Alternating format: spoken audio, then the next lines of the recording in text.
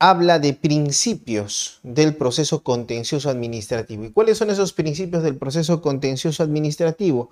Es el principio de integración, el principio de igualdad procesal, el principio de favorecimiento del proceso y el principio de suplencia de oficio. Estos principios son especiales del contencioso administrativo, pero de ninguna manera impiden la aplicación de otros derechos o de otros principios del derecho procesal. Veamos cada uno de los principios. Dice, el principio de integración. Por este principio, los jueces no deben dejar de resolver el conflicto de intereses o la incertidumbre con relevancia jurídica por defecto o deficiencia de la ley. Esto significa que si se pone a la vista a un juez un caso y el juez nota que en ese caso existe un vacío legal o una deficiencia de la ley, en este caso debe aplicar en primer lugar los principios del derecho administrativo. No los principios del derecho común, sino los principios del derecho administrativo. ¿Por qué? Porque se entiende que el derecho administrativo es una organización, es un ordenamiento jurídico autónomo. Y si es un ordenamiento jurídico autónomo, puede ser, en caso de vacío y deficiencia, llenado por los principios que sustentan este ordenamiento jurídico administrativo. El segundo principio es el principio de igualdad procesal. Por ese principio, las partes en el proceso contencioso administrativo deberán ser tratadas con igualdad, independientemente de su condición de entidad pública o administrado. Recordemos que cuando hablamos de administrado, entendemos a las personas naturales y también a las personas jurídicas, ya sea de derecho público o de derecho privado. Frente a el demandado, que generalmente va a ser la entidad pública. En procesos contenciosos administrativos denominados de lesividad, veremos que la entidad pública es la demandante, mientras que el administrado es el demandado. Otro principio importante es el principio de favorecimiento del proceso. ¿Y qué nos dice este principio? Dice, el juez no podrá rechazar liminarmente la demanda en aquellos casos en los que por falta de precisión del marco legal exista incertidumbre respecto del agotamiento de la vía previa. Es decir, si presentamos una demanda contenciosa administrativa o al momento de elaborar una demanda contenciosa administrativa, usted se da cuenta de que existe duda o no es muy claro el panorama legal en relación al agotamiento de la vía administrativa, entonces en ese caso usted no se preocupe, porque en base al principio de favorecimiento del proceso, el juez no podría declarar improcedente la demanda, sino que declararía en su caso admitida la demanda y ya será en el trámite del proceso o en la contestación de la demanda donde se podrá visualizar si se agotó o no la vía administrativa. Alguien me podría decir viendo la diapositiva, pero dice, doctor, agotamiento de la vía previa. Es que el agotamiento de la vía previa o la vía previa es el género, mientras que el agotamiento de la vía administrativa es la especie. Por ejemplo, cuando en el contencioso administrativo como pretensión queremos solicitar el cumplimiento de una ley, la misma ley del contencioso administrativo dispone que previamente se debe cursar una reclamación de cumplimiento de la ley. Esta reclamación no es el agotamiento de la vía administrativa, es el agotamiento de la vía previa. Ahora, el último principio es el principio de suplencia de oficio. Por el principio de suplencia de oficio el juez deberá suplir las deficiencias formales en las que incurran las partes sin perjuicio de disponer la subsanación de las mismas en un plazo razonable. Entonces, es importante que no puede el juez rechazar liminarmente una demanda contencioso administrativa. Si es que hay alguna duda sobre el agotamiento de la vía administrativa, debe admitirla a trámite. Por su parte, si es que hay alguna deficiencia en su demanda contenciosa administrativa, el juez tampoco puede declararla improcedente de plano, sino que por el contrario deberá aplicar la suplencia de oficio. Y si no puede suplir de oficio las deficiencias de la demanda, deberá solicitar a la parte demandante que proceda a subsanar su demanda respecto de los defectos que ha podido advertir el juzgado. Otra situación son las actuaciones impugnables.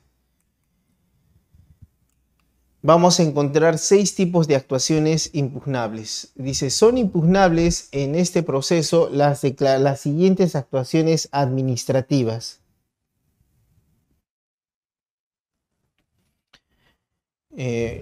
¿A qué se refiere esto? Que en el contencioso administrativo, cuando te encuentres con alguna de estas situaciones administrativas, vas a tener que interponer una demanda contencioso administrativa. Vamos a ver caso por caso. Veamos nuestra pizarra en este momento.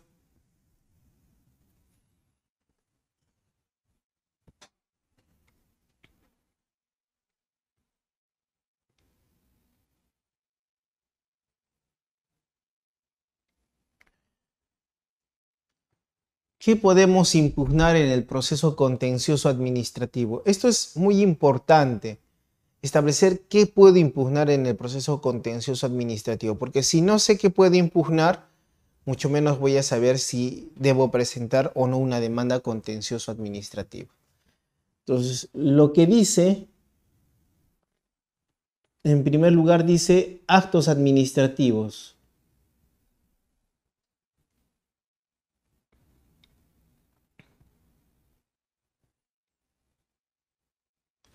Ejemplo de acto administrativo, verbigratia resolución. Estamos hablando de ejemplo, entonces vamos a poner resolución de alcaldía. Es un ejemplo. O sea, toda resolución administrativa que emiten las entidades públicas, por regla general, es un acto administrativo y por lo tanto es pasible de impugnación a través del proceso contencioso administrativo. Pero cuando vemos la ley, no se limita a los actos administrativos, dice, y cualquier otra declaración administrativa.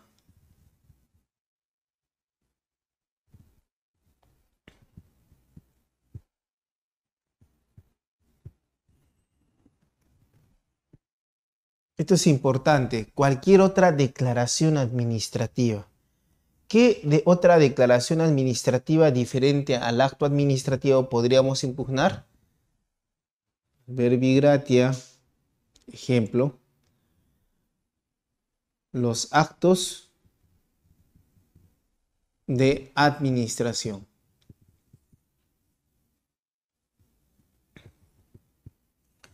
Los actos de administración.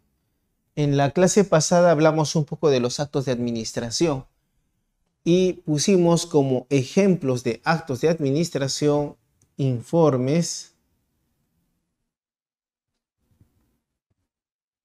memorandos, cartas. Un informe que no es para no es un informe que prepara la emisión de un acto administrativo, puede ser impugnable. Un informe del servir, por ejemplo. Un memorando que dispone la rotación del personal al lugar geográfico diferente al de su lugar habitual de trabajo. También es un acto de administración. Y las cartas, por medio de la presente, se le pone en conocimiento que no se renovará su contrato. O por medio de la presente se le comunica que se desestima por improcedente la solicitud presentada. Entonces, debemos estar atentos a los actos administrativos y declaraciones administrativas que debemos impugnar en el proceso contencioso administrativo. 2. Nos dice el silencio.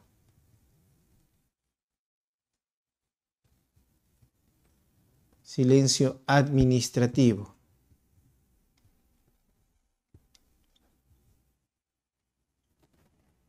Como no especifica qué tipo de silencio puede ser una actuación impugnable, tendríamos que tanto el silencio positivo como el silencio negativo es impugnable. El silencio administrativo positivo es una ficción jurídica que implica una resolución ficta y puede ser declarada, en su caso puede solicitarse respecto del silencio administrativo positivo contenido en una resolución ficta que se declare su nulidad. El silencio administrativo negativo habilita la impugnación. Entonces, tanto el silencio positivo como el silencio negativo pueden ser materia de impugnación. También dice el silencio administrativo, la inercia, dice. La inercia administrativa. Cuando hablamos de inercia administrativa, debemos referirnos al incumplimiento de la ley. Lo hago con letras minúsculas para referirme a cualquier norma del ordenamiento jurídico que se está incumpliendo. Y en específico dice acto administrativo firme. ¿Qué es un acto administrativo firme? Es aquel contra el cual no proceden recursos administrativos.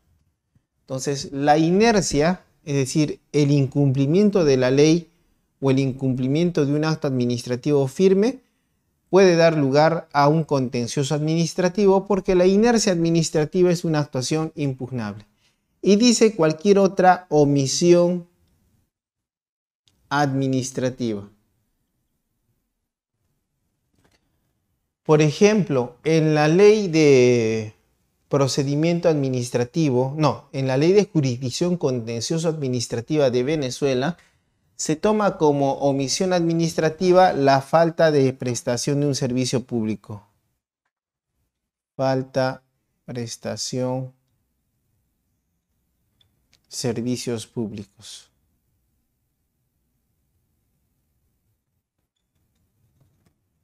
Pues aquí ya tenemos dos actuaciones impugnables debidamente desarrolladas.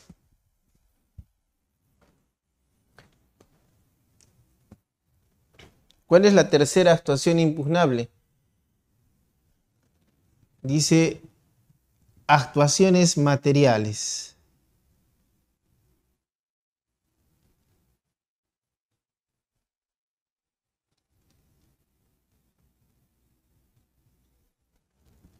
Actuaciones materiales. Vamos a encontrar un primer grupo de actuaciones materiales. Las que no se sustentan en acto administrativo. O sea, no se sustentan en acto administrativo. ¿A qué se refiere? Por ejemplo, yo emito una resolución de alcaldía en un procedimiento administrativo sancionador en el cual se dispone la demolición de construcciones hechas en la vía pública. Notificado, procedemos a su ejecución. Llevamos una caterpillar y realizamos la demolición. Los actos que forman parte de la ejecución, llevar la caterpillar, proceder al derrumbe y demolición, eso es lo que llamamos actuaciones materiales. Las actuaciones materiales son lícitas y vamos a encontrarlas siempre en la ejecución de actos administrativos. Lo que no es lícito y será una actuación impugnable es cuando la autoridad realiza una actuación material, pero no hay acto administrativo. Es decir, le dices, ¿y cuál es la resolución que te autoriza? No hay resolución. Entonces, si no hay resolución, entonces estamos ante una actuación material que no se sustenta en acto administrativo. Esto es lo que se denomina, y vamos a ver con nosotros, esto es lo que se denomina vías de hecho. Cuando son contrarias al ordenamiento jurídico, hablamos de vías de hecho. Ahora, también vamos a encontrar otro grupo de actuaciones materiales.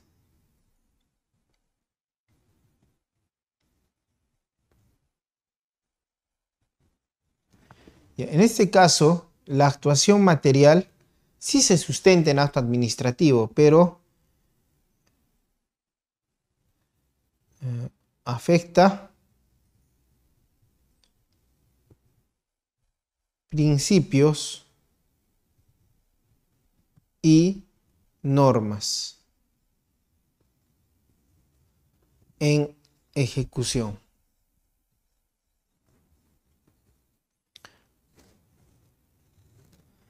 Por ejemplo, se dispone el cierre de un local. Se va al local, se cierra el local y al cerrar el local se produce daño en las estructuras metálicas de la puerta del local. Entonces, en ese caso se está afectando el derecho de propiedad, que es una norma constitucional prevista en el artículo 70. Entonces, las actuaciones materiales son impugnables. Uno, cuando no se sustentan en acto administrativo o cuando sustentadas en acto administrativo afectan principios y normas en ejecución, en la ejecución del acto administrativo.